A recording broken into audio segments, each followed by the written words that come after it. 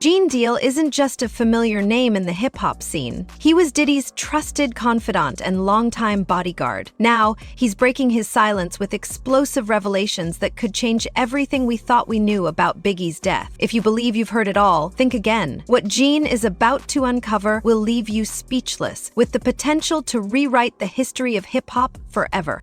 How you feel about the people that say Biggie was asking for him coming to LA so soon after Tupac got killed and him getting on the radio rapping Long Kiss Goodnight?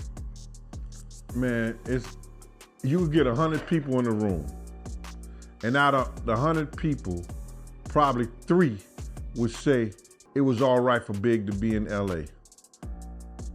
97% of those people would say he had no business in LA at that time. We all knew that. Why would Puff rent studio time? Come on, man, look. You gotta look at what people do, man.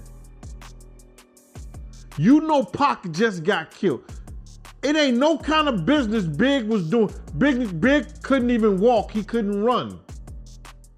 They was pushing him around in a wheelchair, brother.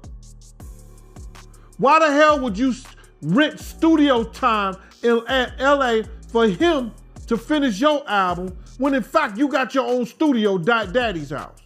Let's keep it a buck. Let's stop this bullshit, man.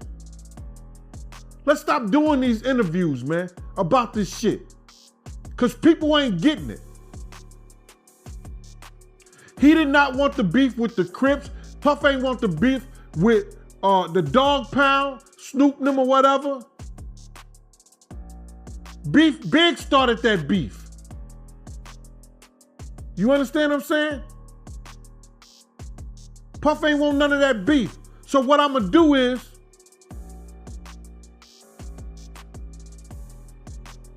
y'all want the sheep?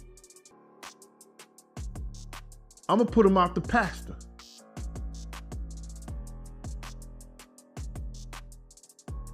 Catch him if you can. If you got that wolf in you, catch him if you can. Gene Deal witnessed it all firsthand, every moment etched into his memory. After years of silence, he's finally stepping forward to share his story. Whispers suggest that his account might hold the key to unraveling a decades-old mystery. Get ready, because these revelations could shatter everything you thought you knew about Diddy and Biggie.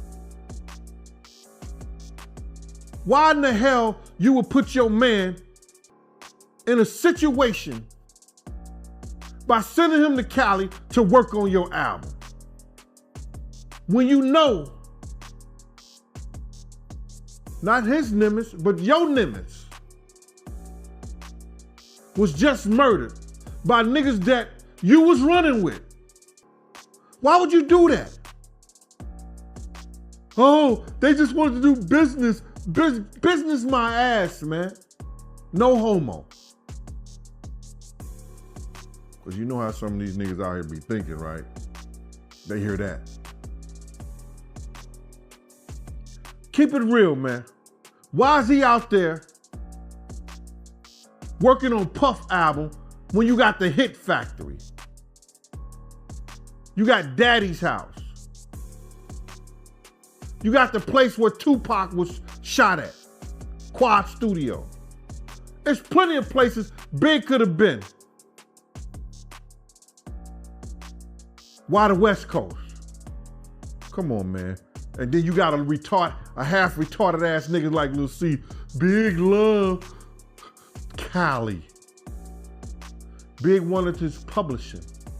Big wanted his marketing. He knew he couldn't go nowhere and be who he needed to be without it. So if Puff would have told that nigga to go to hell with gasoline draws on, that nigga would have went to hell.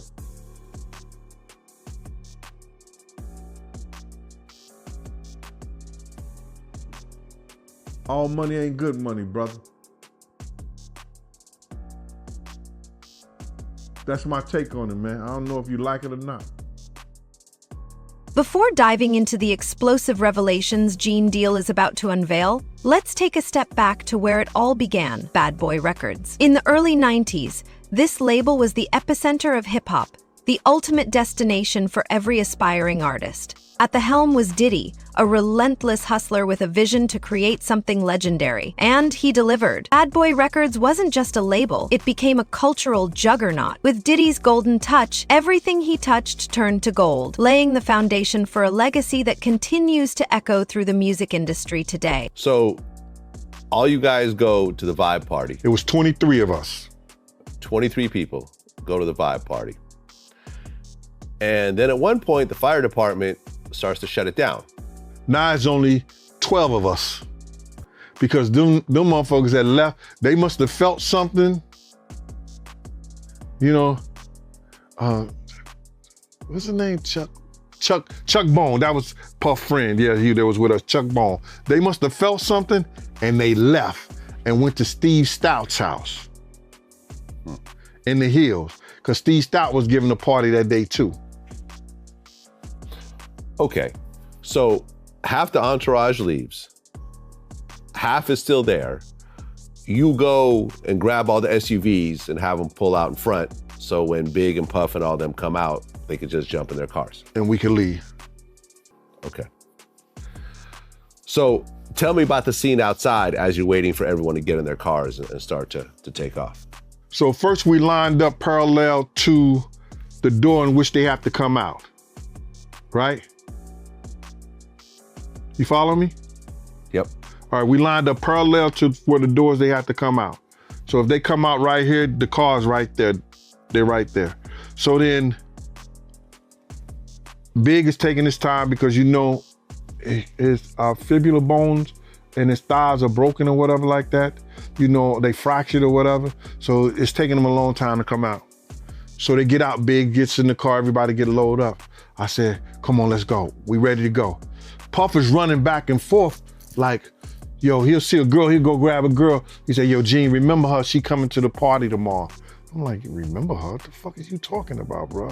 I've never seen him act like this. Let's be real, Bad Boy Records wouldn't have reached legendary status without the incomparable Biggie Smalls. The man was a lyrical mastermind, plain and simple. When Ready to Die dropped in '94, it was like time stood still as the world absorbed his genius. His flow, his storytelling, his swagger, it was unmatched. And when Diddy and Biggie teamed up, they were unstoppable, like two sides of the same coin. Diddy had the vision to refine Biggie's raw talent and showcase it to the world in a way that resonated with everyone. Biggie wasn't just an artist, he was the lifeblood of Bad Boy Records, the soul that made the label truly iconic. Ever, because he don't act like that. Because even in New York City, once Puff get in the car, he'll leave his mama.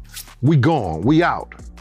So Puff is like looking, and if you see the cameras, you see him running back and forth, looking and everything like that. So I said, Big man, what we standing around here for? He said, that's your man, that's your man. And I said, yeah, all right. So then I said, Puff, what's going on? He said, yo, Paul and them ain't got their car yet. I said, this guy is a cop out here and they can't get his car out the garage thing. I got all these cars, I got these cars out of. What are you talking about? You understand? So now we pull out the driveway. When we pull out onto the driveway, now this is the driveway. We pull onto the driveway, and I don't know the street. Is it Wishaw or Fairfax? Which street is right there on the side of that? Is it Not sure. Wishaw or Fairfax? Well, whatever street is right there, when you come out the driveway, you got to make a right turn.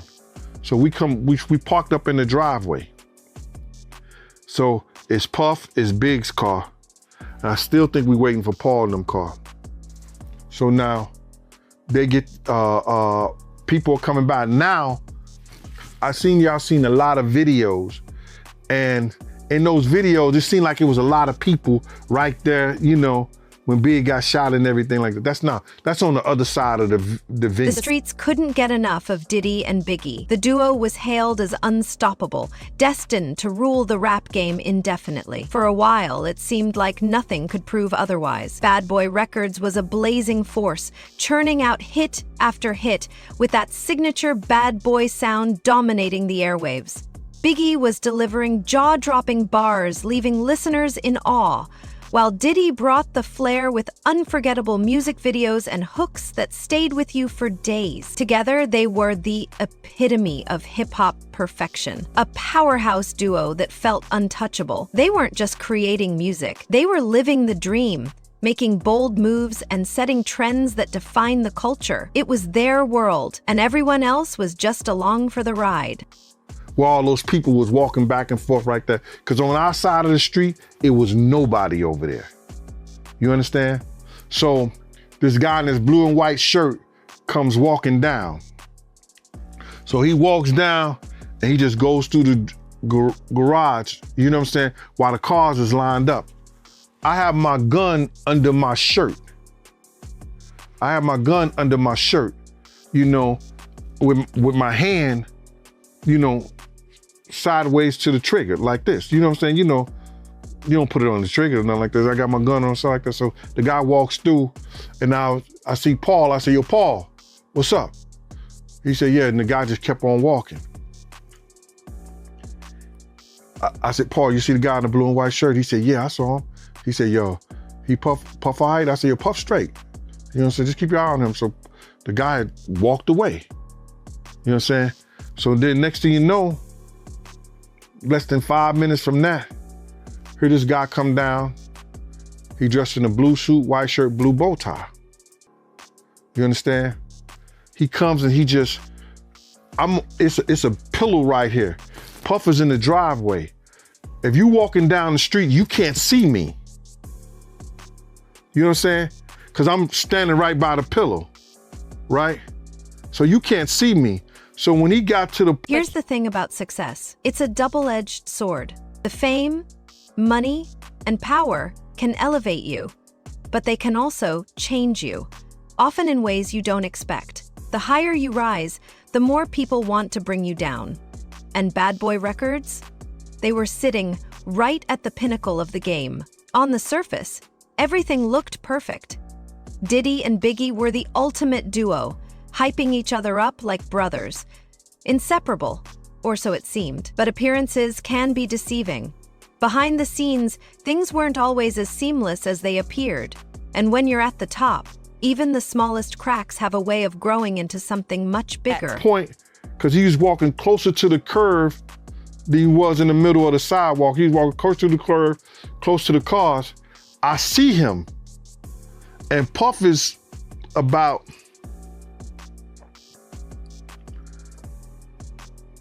I would say 10 to 15 yards from him, right? And I'm about 5 yards from him. So the guy, when I come from over the pillow, he stops immediately. And he just looked at me and I looked at him. He didn't say nothing. So I lowered my arm and he could see my gun. He looked me in my eye and turns right back and walks down the street.